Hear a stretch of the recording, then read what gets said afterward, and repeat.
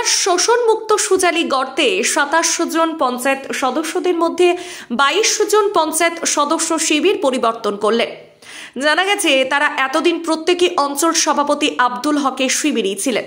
শোষণমুক্ত সুজালি গড়ার সাথে সফলতা আসবে এমনটাই আশাবাদী সুজালি গ্রাম পঞ্চায়েতের বর্ষিয়ার নেতৃত্ব খুরশেদ আলী।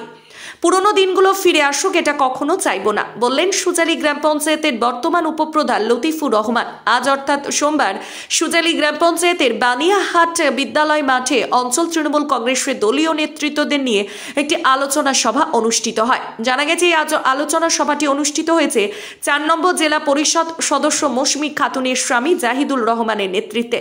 এদিন একই ছাতার তলায় মোট 22 জন পঞ্চায়েত সদস্য উপস্থিত ছিলেন বলেই জানা গেছে সুজলির মোট 27 জন পঞ্চায়েত সদস্য, তাদের মধ্যে মোট 22 জন পঞ্চায়েত সদস্য আব্দুল হকের শিবির ছেড়ে জাহিদুল রহমান, কামাল উদ্দিন মইনো এবং আব্দুল সাত্তারের শিবিরে যোগদান করেছে।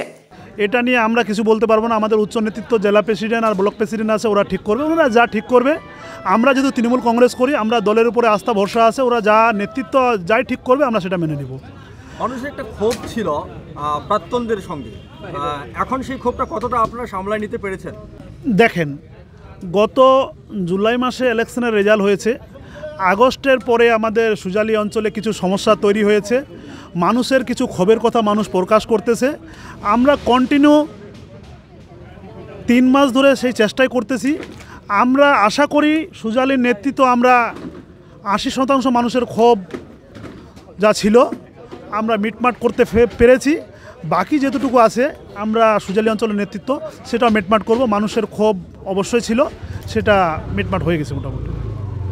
কিছু অসুবিধা হচ্ছিল, ওরা ঠিকমতো বাড়ি ঘরে থাকতে পারতেছিল না। ওদের একটা কথা ছিল যে আমরা যেহেতু তৃণমূল কংগ্রেস করেছি, নেতৃত্বের কাছে আর্জি ছিল যে আমাদেরকেও নিয়ে চলো, আমরাও আপনাদের সঙ্গে থাকবো। আমরাও এমন নেতৃত্ব চাই যে নেতৃত্বের সামনে আমরা খুলে আলোচনা করতে পারি, নেতৃত্বের সঙ্গে থাকতে পারি। আমরা সেই ব্যবস্থা করেছি। আমাদের সঙ্গে টোটাল তো 30 জন, 27 জন পঞ্চায়েত আর 3 জন পঞ্চায়েত সমিতি তৃণমূল কংগ্রেসেরই। 22 জন আজকে মিটিংয়ে যোগদান করেছে। আমরা 22 জনকে একটাই বার্তা দিয়েছি, আমাদের জনগণকে একটা বার্তা দিয়েছি, কর্মীকে একটা বার্তা দিয়েছি, মেম্বারদেরকে নিয়ে একসঙ্গে চলতে লাগবে, এলাকার উন্নয়ন করতে লাগবে। গত দিনে ছিল, সেগুলো আমরা অনেক সমস্যার সমাধান মিটাতে পেরেছি এবং সব মানুষকে এক জায়গায় করতে পেরেছি এবং আমাদের গ্রাম পঞ্চায়েতের অধিকাংশ সদস্য আমরা এক জায়গায় নিয়ে এসে সুজালির উন্নয়ন স্বার্থে আমরা সংগঠনে নেমেছি এবং আগামী লোকসভা নির্বাচনে প্রত্যেকটি বুথে বুথে আমরা সংগঠন একটা মজবুত করে আগামী লোকসভা নির্বাচনের জন্য আমরা প্রস্তুতি হচ্ছি। আগামী 1 জানুয়ারি আমাদের পার্টি প্রতিষ্ঠা দিবস। জেলা সভাপতি এবং ব্লক সভাপতি যেভাবে নির্দেশ দিবে আমরা সেইভাবে নির্দেশ ভিত্তিতে আমাদের এলাকায় প্রতিষ্ঠা দিবস পালন করব।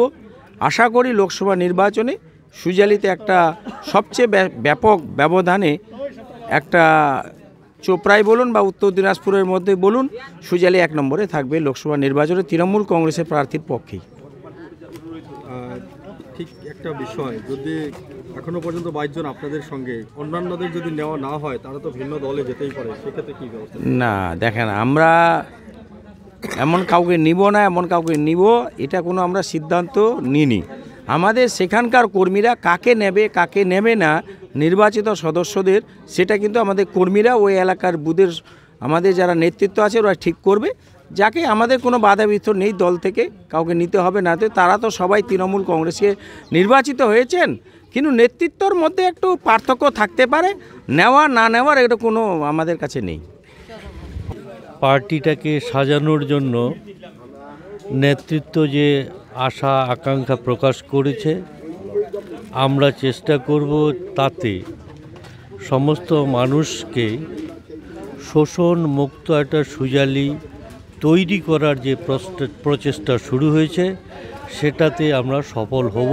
এটাই আগে আমরা আতালডাঙ্গিতে 7 জন এসেছিলাম, তারপরে আমার বাসভবনে বা আমার বুটে 16 জন হয়েছিলাম, আজকে 6 জন দিয়ে আমরা 22 জন এক জায়গায় হলাম।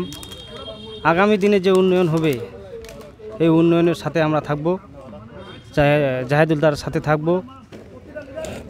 আরও যে সামনে লোকসভা ভোট আছে, এই লোকসভা ভোটে সুজালি থেকে যেন আমরা 24-এর মধ্যে 20,000 ভোট লিড দিতে পারি তৃণমূল থেকে, এটাই করব।